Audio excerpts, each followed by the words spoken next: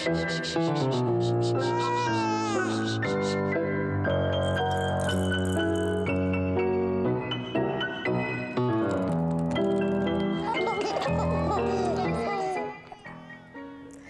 and welcome to Great Expectations. With Father's Day on Sunday, a special tribute to Dad today. We've talked at length about pregnancy and what to expect of the birth from a mum-to-be's perspective, but there is a dad-to-be to consider too. For some men, the whole experience can be quite daunting, and for others, they're bursting with anticipation and excitement. Either way, they have an important role to play, and their feelings are as valid as ours. Today, we're going to find out more about a man's journey into parenthood. With us in studio is infant expert and antenatal instructor Corin van Zyl, and we have gynae and obstetrician Daniel Mahapa and clinical psychologist Michael Sisserson with us too. Daniel and Michael are both doting dads as well, so welcome. Thank you. Corin, what role can dad actually play in the last stages of labour and birth? You know, the dads feel quite out of place because, you know, mom's going through this life-changing experience. And they don't quite know what to do and where to sit and where to stand and all that. But there's actually quite a lot that they can do, especially in the late stages of labour, like just feeding mom some crushed ice would just go a long way, just keeping her hydrated. Obviously, you can't drink a lot of water because that will just complicate the whole process.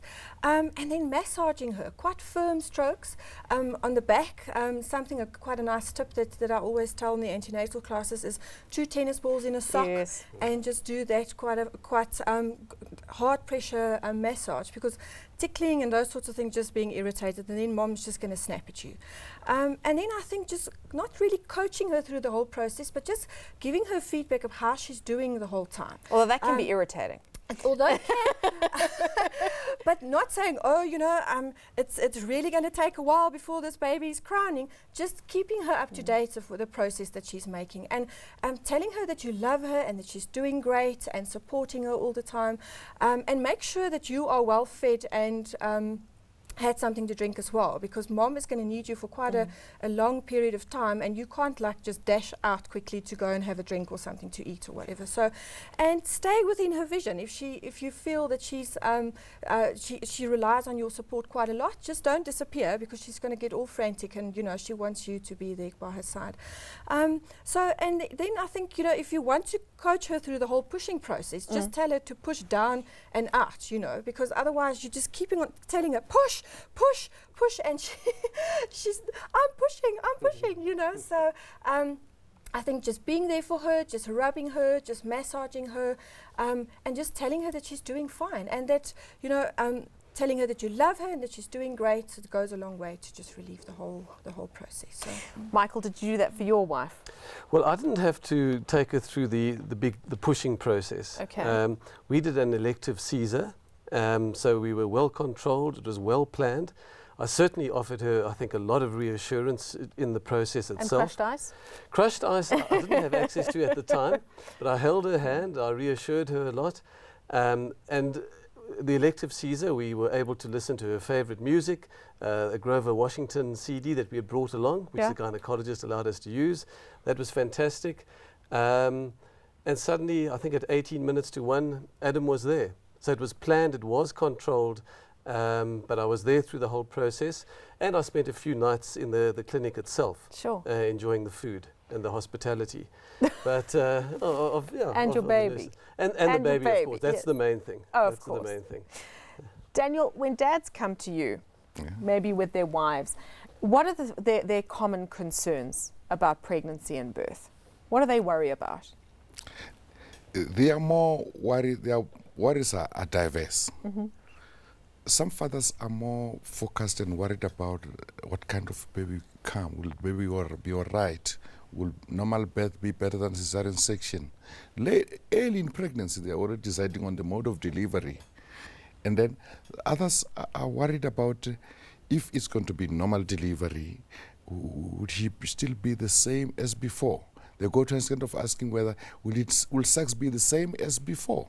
And I reassure them it doesn't have to change because the baby has come, because the baby is not going to take your part on the mother. You still remain the husband. Do you find that dads want to be in the delivery room or not so much? There are different types of dads. Dads who went through antenatal classes, antenatal care, they've been there all throughout. they want to go and finish in there. Okay. But does that just come on the day of delivery? Maybe they're working somewhere for some other reasons. They're very nervous in the delivery room. And they get very embarrassed if you put them inside there. Do you think there's a cultural element to that? I think so. There's quite a cultural element to that. Because some dads, they feel very much ashamed and embarrassed to see their wives naked and crying and pushing with all the liquor and fluid around them. And it's better, most midwives will push them outside. Yeah. Will bring them when the baby is giggling there and go and see the baby. Which cultures do you think feel like that the most? I think I wouldn't say it's more of a culture. It's the educational level. Oh, really? Yeah, it depends on that.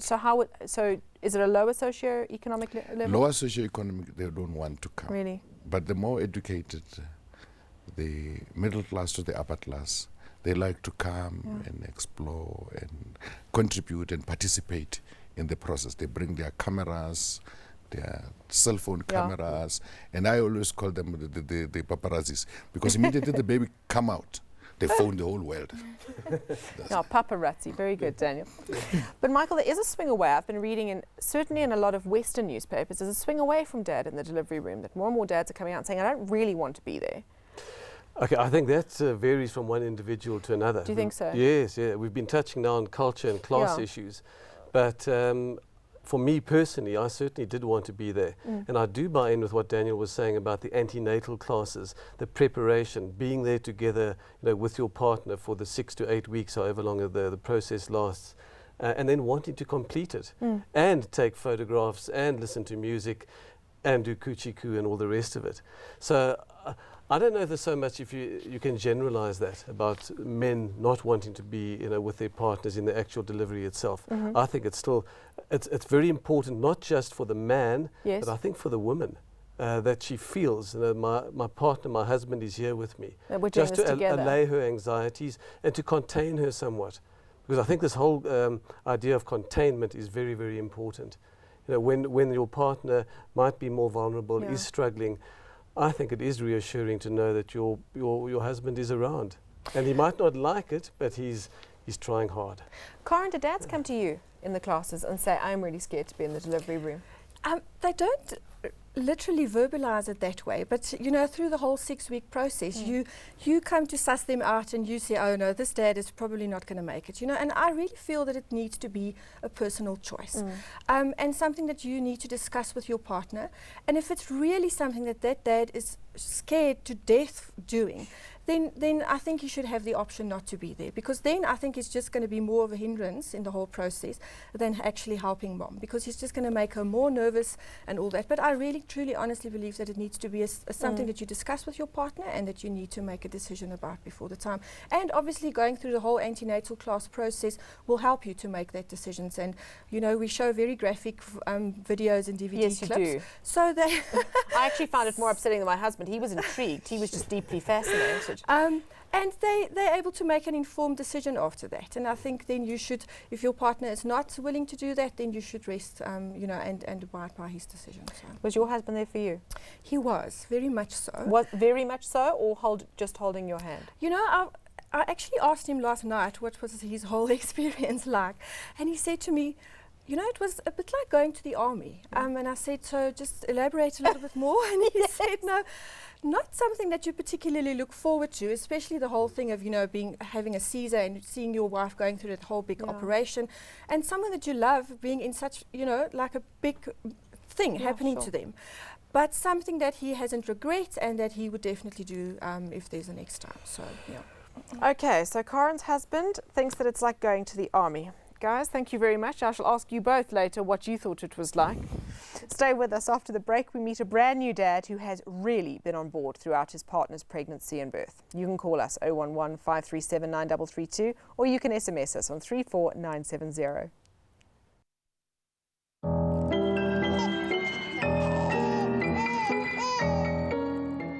Hi, you're with us on Great Expectations, and today we're talking about dads in labour. Now we meet a brand new dad. Wesley Hinstridge is father to 12-day-old Casey. Wesley's been an amazing support to his fiancée, Candice DeVico. Hello to Candice and Casey and Wesley. And with them is Corinne van Zyl, the antenatal class instructor. She's going to vouch for Wesley's experiences. And you can call us on 011 537 9332 or SMS your comments to 34970. But before we hear all about Casey's entrance into this world, let's take a look at the Hinstridge household just a few weeks ago. All you other dads to be out there, take out a pen and paper, make notes, watch and learn. A tranquil day is what Wesley had in mind until Candace goes into labour. Brush. And keys. My car keys, have you got? Got your pajamas. Bags are packed and a heavily pregnant Candace is out of the house and everything is in the car in no time. Wesley is a real pro.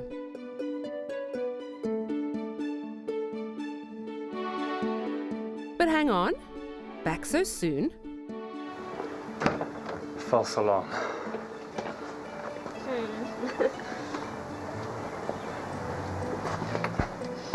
An eventful day, so it's time to help Candace relax. Wesley makes sure she's comfy and that her cravings are met. Maybe some tea. Tea? Yeah. Sure thing. Yeah, now. Oh, no, but I actually feel like some hot chocolate or something. Some warm milk. Hot chocolate? Please. Please. Yeah, okay. Thank you, love. Love, would you like anything to eat? Are you craving anything? Chocolate brownie. Maybe just a chocolate. Oh no, a brownie, please. Oh, that looks nice. Here we go, then. Thanks, lovey. There you go. Some of you as well. A good snack, followed by a luxurious foam bath, is just what Candace needs. This is one lucky lady. Finally, a breather. Coming, love.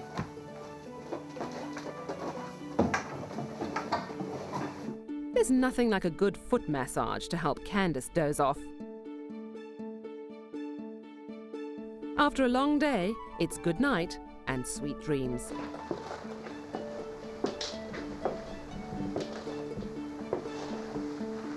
Who knows what the night holds?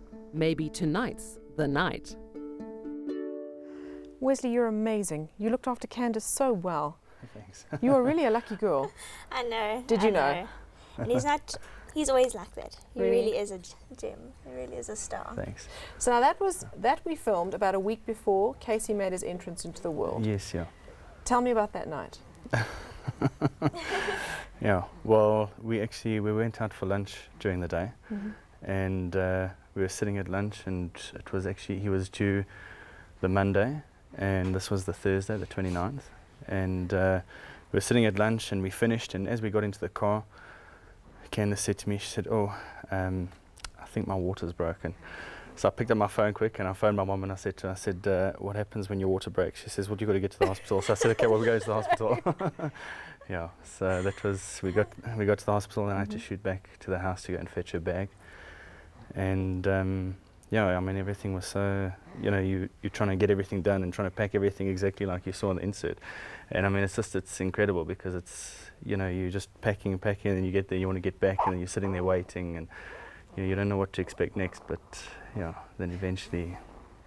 Candace, did you know what you were going to expect? Had you planned your birth? Did you know how involved Wesley was going to be? Wesley's always involved. He's always there for anything and for everything. He was there throughout the whole way. And yeah, I didn't know what to really expect.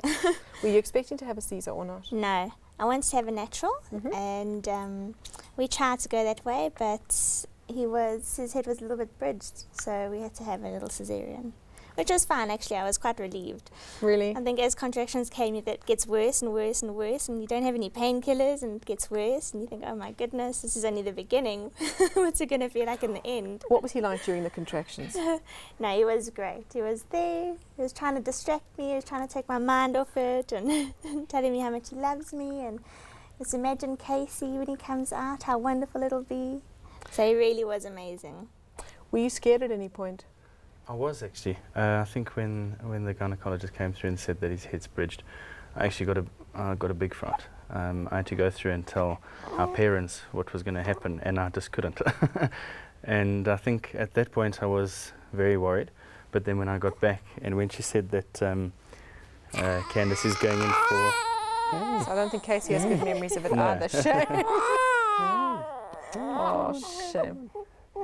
Tell us about the moment you came into the world. Were you frightened when you saw it was a cesarean section? Because that's quite something for a man to watch. I wasn't really. I think when we found out that it was going to be a cesarean, Candice was a lot happier. I think, Corin had helped us so much going through the different births, and when we eventually found out it was going to be a cesarean, Candice was, I think, a lot less, she was more relaxed. She was a lot less stressed. Kind of knew what to expect. Yes, yeah.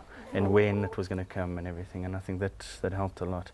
And when you saw her like that, because it's quite something to see the woman you love almost cut in half, basically. Yeah. I sat next to her the whole time. He was behind the screen. I was too scared to peep over, but no, I sat there and I just tried to speak to her the whole time. But I was, you never want to see anybody go through something like that, but you know what the outcome is, so I think it's all worth it. When Casey came out and they put him in your arms for the first time, how did you feel? Incredible. I think it's the most amazing feeling in the world. I mean, it just, it's something that, you sit through all the antenatal classes and you sit and speak to family and friends, but you actually never ever get to think that it could be that amazing. And I think that, it changes everything.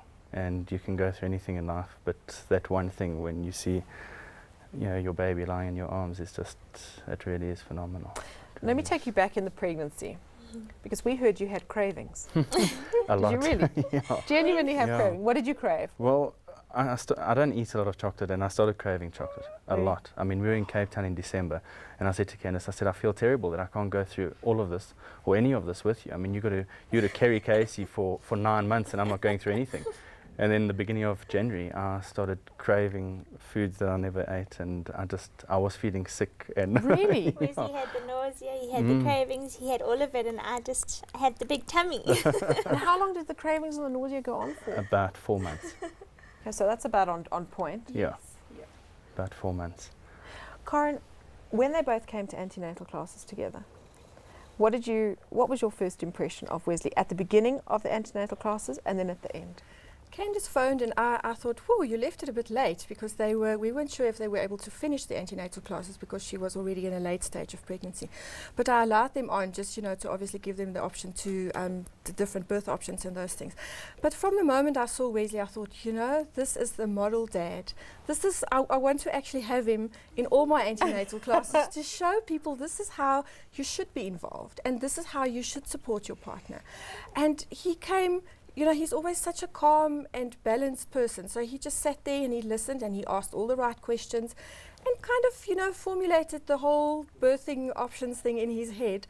But I think the thing that struck me the most was his support for Candice, is that he's always just so in tune with her. And, and I think that is the most important thing, is get in tune with your partner. Find out how she's feeling and try and help her to go through this whole process. So that's a hard thing to do, though. What's your message to other dads, Wesley? I would say just to support your partner through everything. I mean, I know that it's sometimes difficult. I mean, it wasn't for me, but sometimes. No, is it worth it in the end? Is it worth the cravings and the morning sickness and having to get up and make tea and hot chocolate? I think if I had to go back now, knowing that the joy that we're going to get after him, I would probably carry him for 9 months myself. So, no, it really is. It's worth everything. I mean, everything that you go through, I think. And I know Candice would say the same. Nonnie's on the line from Joburg. Hi, Nonnie. Hi, how are you? Fine, and you? What's your question? I'm due.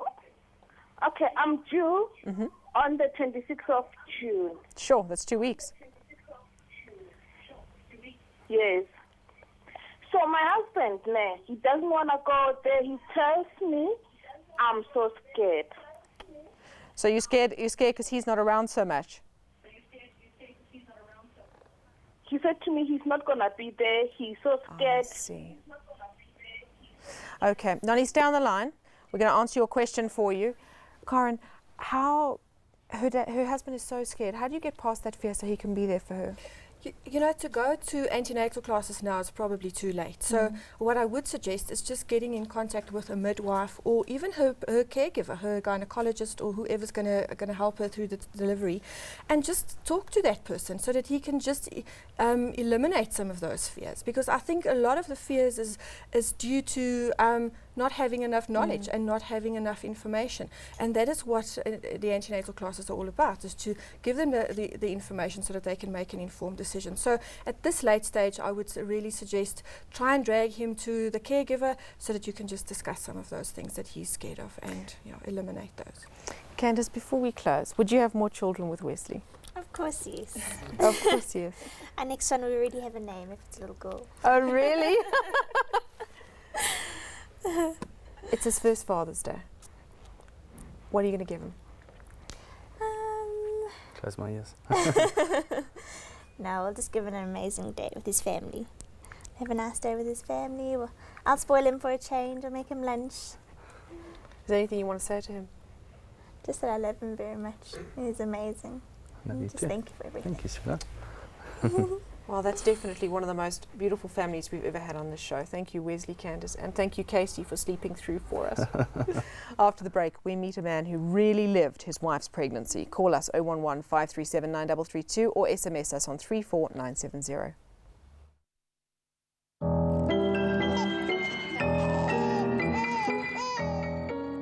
A reminder of our topic, dads in labour.